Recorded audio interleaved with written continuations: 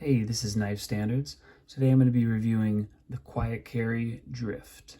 But first, please follow me at Knife Standards. You can follow me on Instagram, and don't forget to like this video and subscribe to my channel for a lot more knife content and weekly knife reviews. All right, cool. Let's get into it. So, this is the Drift by QuietCarry, and I've really become a big fan of QuietCarry and their knives. They just come out with some of the coolest designs, really well thought out, smart designs, functional. I mean, just look at this guy. Really, really awesome stuff. So definitely check them out if you haven't already.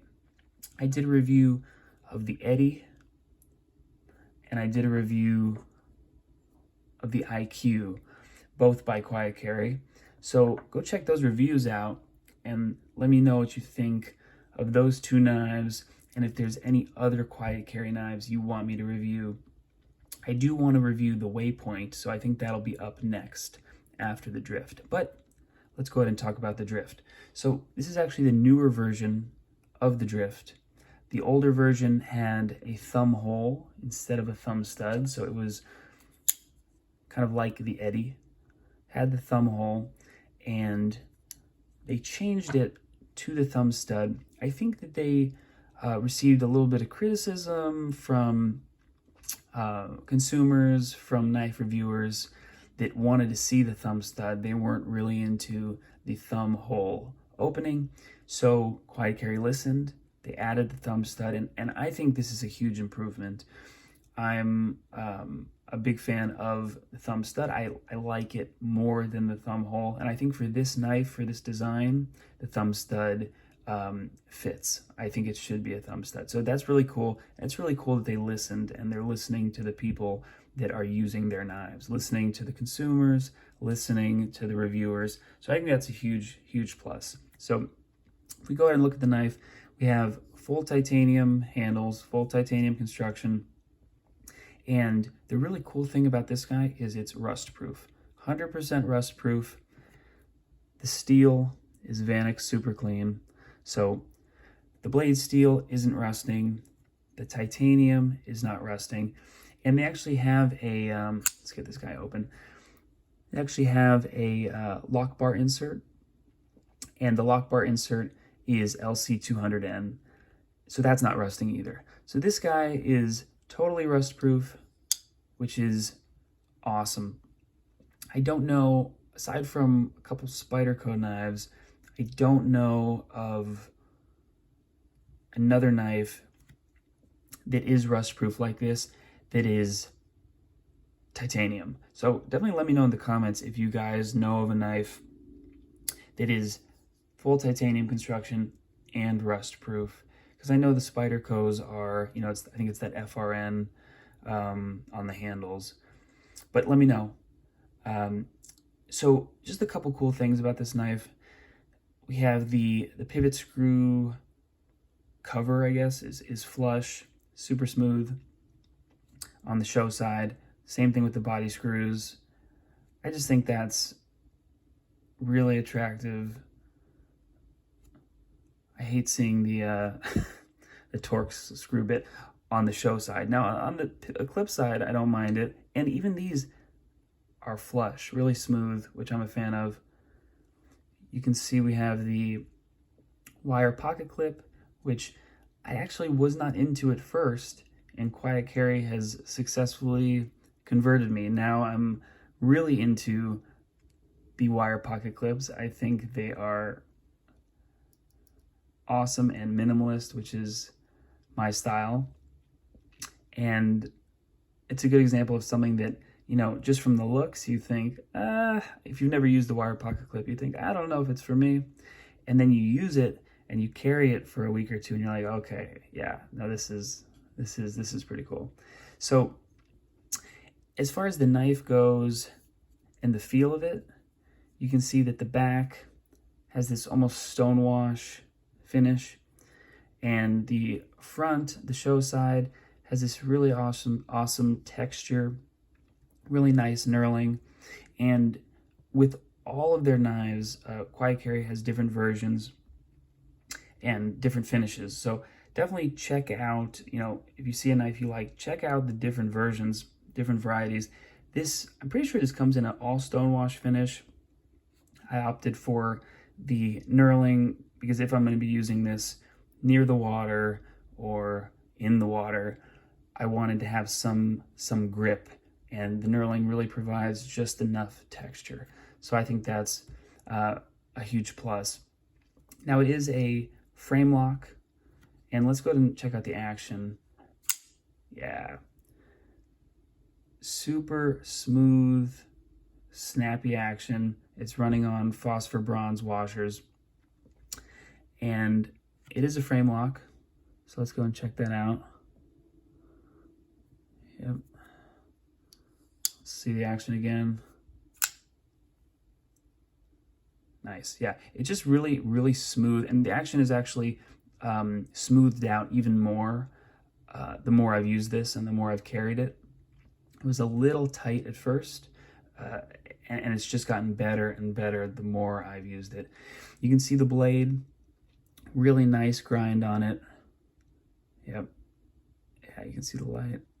Really nice grind. It came super sharp from QuietCarry. It's a flat grind. I mean, look at the grind lines. I really, really like to see that. Anyway, you can see the thumb stud. It's really easy opening, super snappy action, and the on the back side, on the clip side, you got your 4 QuietCarry dots. Same thing on the show side. Super slicey blade. Let's go ahead and get into a quick size comparison. Yeah, I also love that sound. Get that guy down. Let's go ahead and get it compared right up against another QuietCarry knife, against the Eddy. And against one of my standards, the Benchmade Mini Freak, which is very similar. And one more, let's go ahead and check it out against the QuietCarry IQ. So, let's see how these guys are measuring up. For the drift, we got looks like just under 3 inches. Full open length, we're at about 7. The Eddy is gonna come in a little bit shorter, maybe 2.5 for the blade length. Full length, we're looking at like 5.5. And let's go ahead and focus in on the Mini Freak, which is, as you can see, really similar. Yep, 3-inch blade and 7 inches overall. And then finally, the IQ, again, 3-inch blade, about 6.5 inches overall. So for my hands, you know, I have hands that are on the smaller side. I really like that 3-inch blade, especially if you live somewhere where there are restrictions or laws about the length of the blade. I think 3 inches or just under 3 inches is the sweet spot for blade length. And, you know, I would consider the Eddy a small knife. The Mini Freak and the Drift, they're just about medium knives. Maybe a little bit on the smaller side, but for my hand, they fit perfectly. So let's go ahead and get the IQ out of the way. Same thing with the Eddy. And let's check out the Mini Freak and the Drift together. Very similar lengths, similar handles, similar blade shape. And that is my sweet spot, that 3-inch blade.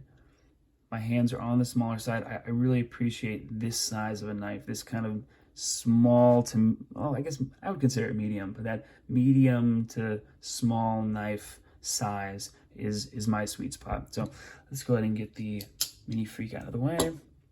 And we'll go ahead and talk a little bit more about the drift. Now, as far as ergonomics go, yeah, this is pretty nice. A little bit of jimping on the top. This fits my hand really well. I like it a lot. It feels great in my hand. And we're actually, I don't know if you guys can see how thin this is, but we're getting into that kind of bug out territory thinness. It feels like it has a similar thinness to a bug out, which I don't mind a chunky knife, but I know a lot of you really like that thin kind of light feel, and it actually is fairly light. I do like my knives on the heavier side, so this isn't a huge plus in my book, but there's some really, let's go ahead and open this guy up. There is some really nice internal milling, if you can see it. Yeah. So that's a plus. Let's go ahead and talk about the real big upsides for me. Number one being the design.